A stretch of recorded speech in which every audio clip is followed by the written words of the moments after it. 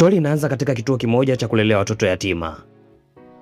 Siku hii familia moja tajiri na yenye ushawishi mkubwa wa pesa hapa jijini ilifika kwa ajili ya kumchagua mtoto. Walikuja kumchagua mtoto ili kumfanya kuwa mrithi wa familia yao, kwa sababu familia hii haina mtoto bado mpaka sasa hivi. Katikati ya umati wa watoto waliopangwa hapa alikuwepo mtoto mmoja wa kiume, mchafu na aliyedhoofika pia, nikiashiria kwamba ni mtoto wa kimaskini.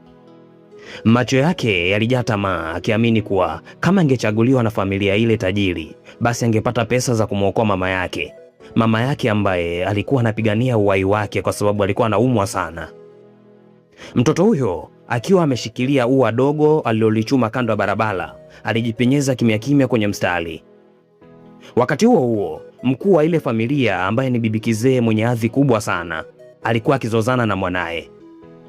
Hasira zilimpanda yule bibi kiasi kwamba alikuwa anakaribia kuanguka chini, lakini yule mtoto mdogo alikimbia kwa haraka na kumdaka.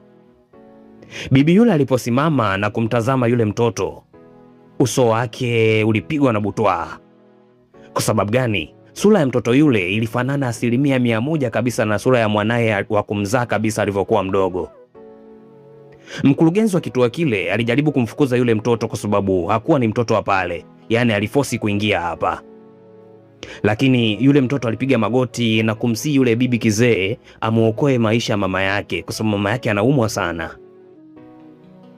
Moyo wa yule bibi ulitetemeka. Alitaka kujua baba yule mtoto ni nani, na alivyomuuliza yule mtoto, jibu ambalo lilitoa lilimshtua sana bibi. Alimweleza kuwa mama yake alikutana na baba yake kwenye wilaya moja inaitwa Chen, na kwamba walivyokutana huko baba yake alimpa mimba mama yake, hivyo baba akawa ameondoka baada ya muda. Majibu hayo yalirudisha kumbukumbu za bibi yule nyuma. Miaka 7 iliyopita mwanaye alienda kuishi katika wilaya ya Chen kwa miezi 6, na alivyorudi alikataa kabisa kuoa tena, kwa sababu alisema kuna mwanamke ambaye alimuumiza sana huko.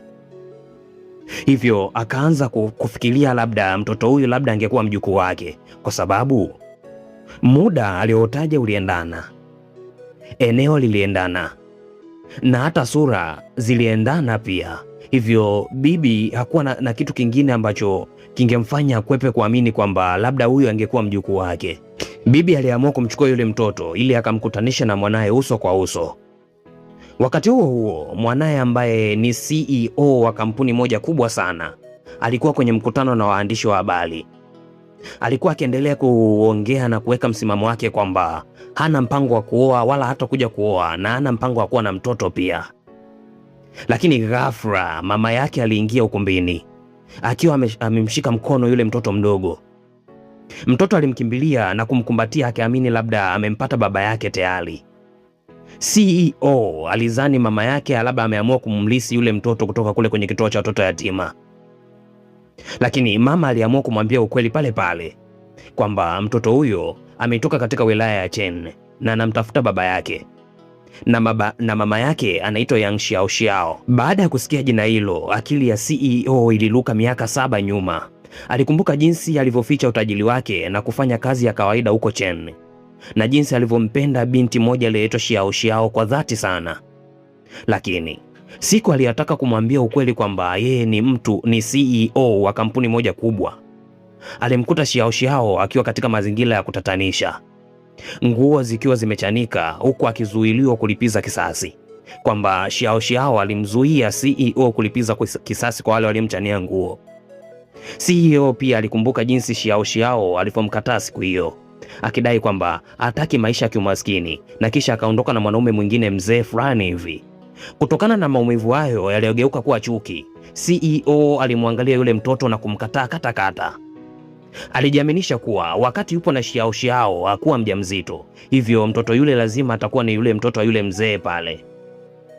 Licha ya mtoto huyo kulia na kueleza kuwa mama yake ni mgonjwa mahututi, CEO aliamini huo ni mtego tu, yaani walikuwa wanamtega ili wapate kurudiana naye. Kisha aligeuka na kuondoka bila hata kuangalia nyuma. Lakini yule bibi kizee alijua kuna ukweli umejificha. Alichukua nywele za yule mtoto kwa siri kabisa kwa ajili ya kipimo cha DNA. Kisha akamwagiza msaidizi wake kufanya uchunguzi wa kina kuhusu maisha ya Yang Xiaoxiao. Kitu ambacho CEO alikuwa akijui ni kwamba Xiao Xiao hakumwacha labda kwa sababu alikuwa hana pesa, lakini alimwacha kwa sababu aligundua kwamba yeye ni mgonjwa na anaumwa ugonjwa wa kansa. Hivyo alihofia kwamba kama CEO akaja akajua kwamba yeye anaumwa kansa, labda atamuumiza sana kwa sababu anaweza akafa hivi karibuni. Na yule mzee aliyepita naye pia hakuwa mpenzi wake, bali alikuwa ni mjomba wake ambaye ni mkatili sana. Na hata baada ya kuwa wametengana, Xiao Xiao aligundua kwamba ana ujauzito. Kisha akajifungua watoto wawili mapacha na akawa amewalea peke yake kwa miaka 6 huku akiteswa na ugonjwa wake. Sasa alikuwa amebakiza mwezi mmoja tu wa kuishi, hivyo atakufa hivi karibuni. Ndiyo maana alimtuma mwanaye akamtafuta baba yake ili asiachwe upweke. Mtoto aliporudi nyumbani na kumweleza mama yake jinsi ambavyo alikataliwa na baba yake, Xiao Xiao aligundua kwamba mwanaye hakutumia uongo ambaye alimfundisha, bali aliamua kusema ukweli kuhusu ugonjwa wake. Kabla hata hawajatulia, wajomba zake wakatili walivamia hapo nyumbani tena. Walikuja hapa ili wawachukua wale watoto waende wakawauze ili wafidie deni lao la zamani, kwa sababu walikuwa wakimdai huyu mama. Hivyo walitaka wachukue hao watoto ili wakawauze. Ili kuwanusuru watoto hao, Xiao Xiao alilazimika kutoa akiba yake ya mwisho kabisa ya matibabu kuwapa wale wajomba. Wakati huo huo, maadui wa kibiashara wa CEO walitengeneza ripoti feki ya kitabibu ambayo ilikuwa ni kama kashfa hivi, zikionyesha kwamba Xiao Xiao alikuwa na ugonjwa mbaya wa zinaa. Hili lilimfanya CEO azidi kumdharau Xiao Xiao na kuapa kuwa hata mwanamke huyu akifa haimuhusu yeye na wala hatoenda. Usiku huo huo, hali ya Xiao Xiao ilibadilika na akapoteza fahamu. Mtoto alijaribu kumkimbiza hospitali, lakini alikuta mjomba wake ameshafunga mlango kwa nje, akisubiri tu asubuhi ifike na wauze watoto hawa. Bila kukata tamaa, mtoto alimwacha mdogo wake akimlinda mama yake, akapenya dirishani na kukimbia usiku wa manane kwenda kumwona baba yake ili kuomba msaada.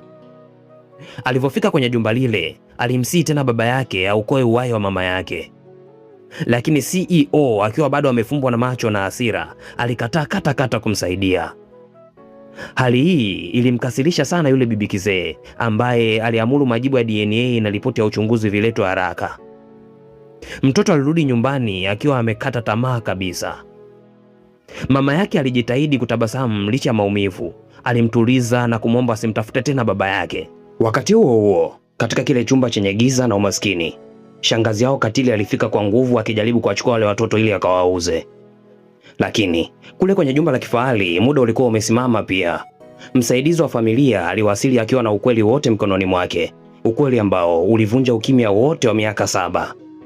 Alimweleza CEO kuwa yule mzee hakuwa mpenzi wa Xiao Xiao kama alivyodhani, bali alikuwa ni mjomba wake wa damu.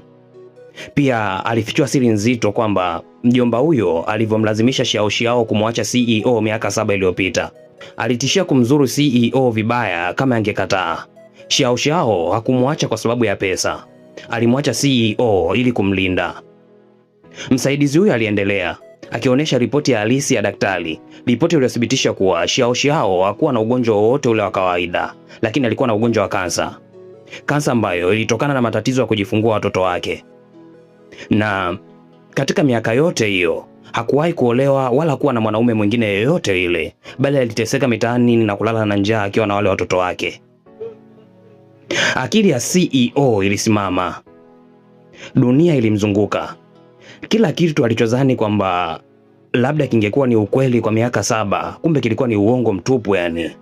Wakati huo huo, mama yake aliingia mikononi akiwa na majibu ya DNA. Majibu yaliyothibitisha bila shaka yoyote kwamba yule mtoto mdogo aliyehangaika usiku kucha, aliyepiga magoti na kumwaga machozi mbele yake kuomba msaada, kumbe alikuwa ni mtoto wake kabisa wa kumzaa. Ni damu yake halisi kabisa. Moyo wa CEO ulipasuka kwa majuto mazito sana. Mwanamke pekee aliyewahi kumpenda kwa dhati, kumbe alikuwa anakufa kwa ajili yake. Na mtoto aliyeenda kumfukuza miguuni pake na kumpiga teke, kumbe alikuwa ni mtoto wake kabisa. Na huu ndio mwisho wa stori yetu. Ulikuwa na mimi Nyasa Finest ni T20 namba 20 na hapa ni Voka Simulizi. Nikukumbushe kama bado hujasubscribe, angalia chini ya video, gusa neno subscribe, gusa alama like, kisha niatia maoni yako hapa kwenye comment. Bye bye.